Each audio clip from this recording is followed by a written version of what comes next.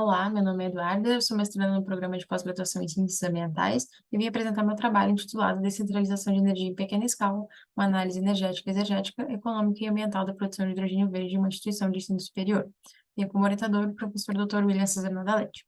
O trabalho se dividiu em introdução, objetivos, revisão bibliográfica e o artigo 1 e 2 da minha dissertação. Então, caracterizando o problema, o aumento da demanda energética aliado às alterações climáticas, decorrentes, sobretudo, de ações antrópicas, causadas pela extração e utilização de combustíveis fósseis, constitui-se uma problemática ambiental amplamente debatida mundialmente, tanto na literatura quanto entre governos e instituições. Nesse sentido, em contraposição do que se almejava nas políticas ambientais contra as mudanças do clima, por exemplo, na Política Nacional de Mudanças Climáticas, no ano de 2010, o Acordo de Paris, em sua contribuição nacional determinada, o estipulado na Agenda 2030, principalmente que versa sobre os objetivos números 7 e 13, de acesso à energia limpa e ações contra a mudança do clima, que vão ser focos do presente estudo, as emissões de gases de efeito estufa vêm aumentando substancialmente. O Brasil ocupa o quinto lugar entre os emissores climáticos e o setor energético é mundialmente responsável por 73% das emissões de gases de efeito estufa. O Brasil, no ano de 2022, emitiu 445,4 milhões de toneladas de dióxido de carbono equivalente, e o setor elétrico foi responsável por 118,5 quilogramas de dióxido de carbono equivalente por megawatt-hora produzidos. Então, nesse contexto, a busca por fontes renováveis de energia, como energia solar, hidráulica, eólica e biomassa, vem aumentando exponencialmente. Entre elas, o vetor energético hidrogênio verde, que também será foco do presente estudo, será abordado posteriormente. Em relação à matriz energética e elétrica brasileira, na figura 1 é apresentada a matriz energética e na figura 2 a matriz elétrica, no ano de 2022, sendo a matriz energética, então, composta por todas as fontes de energias que são responsáveis tanto pela produção de combustíveis, como para energia elétrica, aquecimento, entre outras finalidades, e a matriz elétrica, então, somente responsável para a produção de energia elétrica. Entre as fontes que compõem a matriz elétrica, pode-se observar que majoritariamente ela é composta por fontes renováveis de energia, como a fonte hidráulica, principalmente, que é responsável por 61,9% dessa composição. Então, em relação à transição energética, uma economia de baixo carbono, ou descarbonização do sistema, é a transição justamente da utilização de fontes de combustíveis fósseis para fontes renováveis de energia. Então, em relação a essa transição, ela envolve mudanças essenciais em edifícios, energias e sistemas de transportes que melhoram substancialmente a eficiência energética e reduzem sua demanda. A transição para uma economia de baixo carbono também é crucial para a justiça no sistema, sendo também, no caso da justiça ambiental, climática e energética, conceitos importantes. E no caso da justiça energética, constitui-se, então, esse sistema energético que distribui de forma mais justa esses encargos de energia e seus serviços e contribui para uma tomada de decisão energética mais representativa e inclusiva. Também são conceitos trazidos a economia circular e a energia solar e do hidrogênio. Então, o hidrogênio, se produzido a partir de uma fonte renovável de energia, como, por exemplo, energia solar, é um combustível que se constitui como limpo e econômico, e pode ser produzido de forma segura e eficaz. E contribui, então, para a transição também da economia linear para uma economia circular, apresentando uma tecnologia disruptiva para essa transição. Então, outros conceitos importantes que serão abordados no trabalho serão a descentralização e a geração distribuída. Descentralização é quando a geração elétrica é realizada junto ou próxima do consumidor, independente de sua potência. E geração distribuída é quando os consumidores são conectados à rede de distribuição de energia elétrica e quando há excedente no sistema ou possibilidade de injeção na rede de venda. Esses conceitos são importantes e, no que tange à geração distribuída, vem se debatendo, principalmente no Brasil, após a Resolução Normativa número 482 da Agência Nacional de Energia Elétrica, estipulada em 2012, que fala, então, sobre a compensação de energia elétrica, em que versa que as unidades consumidoras com micro e mini geração distribuída, a partir de fontes renováveis, poderiam, então, compensar seu consumo de energia. Quanto às universidades, então, além de serem instituições importantes a nível socioeconômico, no âmbito tanto regional quanto nacional, se estendendo para o âmbito mundial. No Brasil, até o ano de 2020, 82 instituições de ensino superior públicas haviam sistemas de energia solar instalados. Quanto à energia solar na Universidade Federal de Pelotas, essa iniciou-se a sua produção em 2022. Então, até então, a universidade apenas comprava a energia do Sistema Nacional Interligado, e hoje, então, há 3 campos, sendo o campus Anglo, ALM e CEUS, responsáveis pela geração solar na universidade. Também há um projeto previsto para o campus Capão do Leão, o qual será também foco do presente estudo. Quanto ao hidrogênio, então, há diversas tecnologias, né, de produção. O hidrogênio é um vetor energético promissor, e dentre as tecnologias promissoras para complementar essa potência energética e oferecer uma fonte adicional para atender os picos da demanda energética, levando em consideração a segurança, a economia, as emissões de gases de efeito estufa, bem como a baixa probabilidade de despacho, pode se tornar uma alternativa competitiva para o armazenamento de energia elétrica. Então, dentre as tecnologias de produção de hidrogênio, estão entre as principais a elettrólise da água, a reforma a vapor e a conversão da biomassa. O hidrogênio possui um poder calorífico alto, sendo equivalente a 142 kJ por grama, e dentre as aplicações, são diversas aplicações, eu vou mencionar algumas delas posteriormente, porém, no presente trabalho, então, será foco a geração e armazenamento de energia. Transporte e armazenamento de hidrogênio também são desafios importantes para a transição para uma economia de hidrogênio. Então, esse armazenamento, o transporte pode ser realizado em cilindros, em tanques, tubulações de hidrogênio comprimido, bem como há uma discussão também em relação à amônia, reservatórios líquidos ou comprimidos e misturas com gás natural. Em alguns países, como por exemplo no Norte Global, já vem sendo inserido, né, nas tubulações de gás natural cerca de 20% de hidrogênio.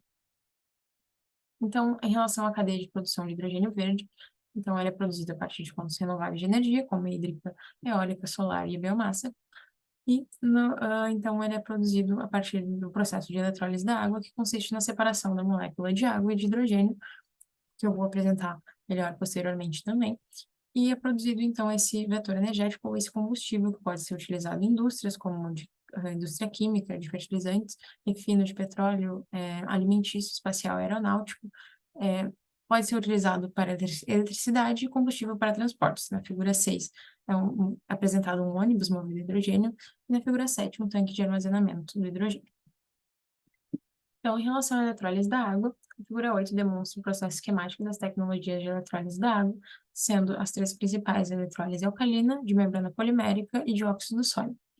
Elas vão se diferenciar tanto quanto o material, quanto a sua aplicabilidade. Então, em relação a custos e escalas, por exemplo, a eletrólise alcalina é uma tecnologia mais desenvolvida a nível comercial em larga escala.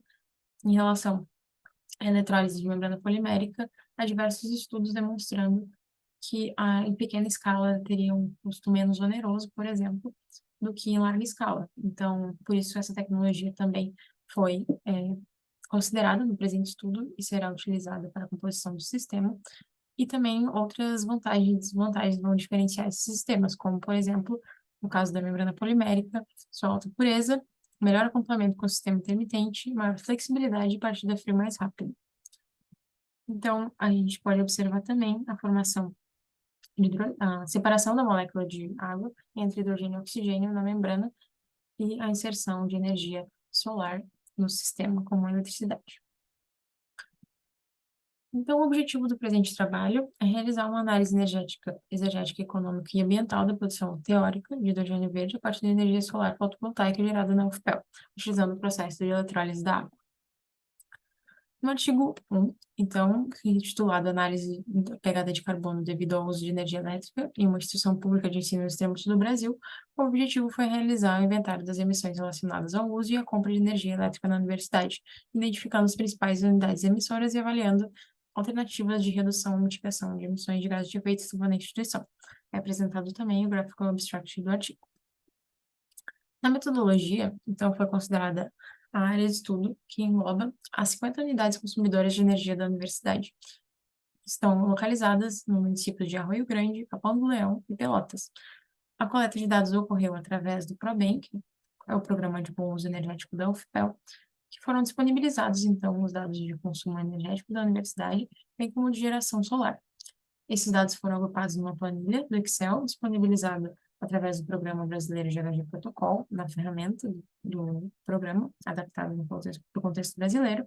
Então, trago também duas equações para exemplificar uma parte da ferramenta e da metodologia utilizada. Então, a equação 1 utiliza a multiplicação entre o consumo de energia elétrica e o fator de emissão de dióxido de carbono no ano pela rede elétrica. E a equação 2, então, considera a emissão, expressa a emissão em toneladas de dióxido de carbono equivalente de acordo com o potencial de aquecimento global de cada gás. Em relação aos limites organizacionais e operacionais, então foram definidas as 50 unidades e definida também o controle, a abordagem de controle operacional. Em relação aos escopos, são apresentados 3 escopos pelo programa e foi definido, então, apenas as emissões do escopo 2, que são referentes à produção e consumo de energia pela instituição. Em relação aos resultados do presente estudo, então, os resultados parciais, na figura 3, podemos observar o gráfico do consumo mensal de energia elétrica na universidade do ano de 2022, e é possível observar que os 3 meses com maiores consumos, então, são os meses de julho, maio e junho. Então, o mês de junho se destaca com cerca de 660,22 megawatt-hora de energia consumida. Então, em relação, continuando então nos resultados parciais, as emissões de dióxido de carbono em toneladas são apresentadas de acordo com o número das unidades. As unidades número 6 e número 9, então, são respectivas aos campos Angra e Capão do Leão. O campus Angra, então, foi responsável por 43,39 toneladas de dióxido de carbono equivalentes emitidas no ano de 2022, e o campus Capão do Leão por 122,99 toneladas de dióxido de carbono equivalentes. Então, enquanto a composição percentual, 72% das unidades são responsáveis, então, pela emissão das outras demais unidades, são responsáveis pelas emissões de gases, e o campus Capão do Leão responsável por 21% das emissões da universidade, e o campus Angra por 7% das emissões. Em relação à energia solar, nós podemos observar na figura 14 o gráfico da geração elétrica no campus Angra. Então, esse valor foi equivalente a 1,16 megawatt-hora. E também agora a gente pode observar no campus Ceus, no quais atingiram 31,38 megawatt-hora de energia produzida, e no campus ALM, com um valor de 14,38 megawatt-hora de energia produzida pelas placas solares. Os 3 campos, então, totalizaram uma geração de energia elétrica igual a 61,92 megawatt-hora. Então, em relação às emissões evitadas na universidade com geração solar fotovoltaica, pode-se observar no campus Angra uma emissão evitada de 1,29 toneladas de dióxido de carbono, no campus CU 0,68 toneladas de dióxido de carbono e no campus ALM 0,61 toneladas de dióxido de carbono equivalentes. Concluindo parcialmente os resultados, no ano de 2022, então, a universidade emitiu 263,85 toneladas de dióxido de carbono equivalente para a atmosfera, considerando a compra de energia elétrica no Sistema Nacional Interligado. A unidade que mais emitiu dióxido de carbono foi o campus Capão do Leão, em comparação com as demais, totalizando 122,99 toneladas de dióxido de carbono equivalente. Em relação à energia solar fotovoltaica, foram contabilizadas, então, como emissões evitadas, o equivalente a 2,58 toneladas de dióxido de carbono equivalente em 2022 com a geração solar. Continuando, no artigo 2, então, é apresentada a proposta, né, o projeto de artigo, então, é apresentada no título da análise energética, exergética, econômica e ambiental da produção de hidrogênio verde, uma instituição de ensino superior no extremo sul do Brasil. O objetivo é analisar a viabilidade técnica, econômica e ambiental do potencial teórico de hidrogênio verde a partir da energia solar fotovoltaica gerada na universidade, utilizando o processo de eletrólise da água. Então, é apresentado o graphical abstract do artigo. E a metodologia, então, consistirá na coleta de dados a partir do PROBEM e de estações meteorológicas do INPE, como dados de radiação, velocidade do vento, temperatura ambiente da placa solar para análise exergética, e a área de estudo, então, será constituída no campus ALM, Biblioteca CEUS, o campus Angra e também o campus Capão do Leão. Em relação ao período, vão ser considerados os dados do período do ano de 2022 e 2023 e será utilizado um modelo técnico-econômico do software Homer Pro. A modelagem do sistema, então, constitui painéis solares para geração de eletricidade, cisterna para armazenamento de água, eletrolisador e célula combustível para produção de hidrogênio, bem como conversor ou retificador, e compressor e tanque de armazenamento de hidrogênio. Continuando na metodologia, então, no início vão ser realizadas a leitura dos dados de geração solar e dos dados meteorológicos e a aplicação das equações para estimar a energia produzida pelos painéis fotovoltaicos e produção de energia elétrica.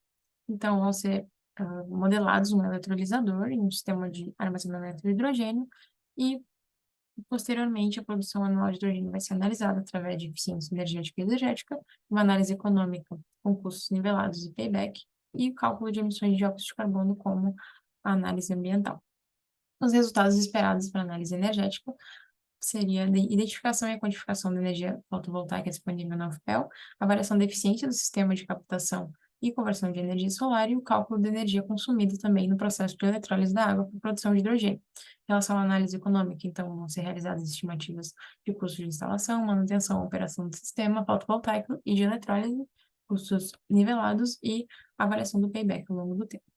A análise exegética, então, vão ser determinadas a energia disponível na radiação captada pelos painéis fotovoltaicos, cálculo de energia do hidrogênio produzido, e a análise ambiental seriam avaliadas, então, as emissões de gases associadas à produção de hidrogênio, em comparação com os métodos convencionais de geração de energia. Essas são as referências bibliográficas. Muito obrigada.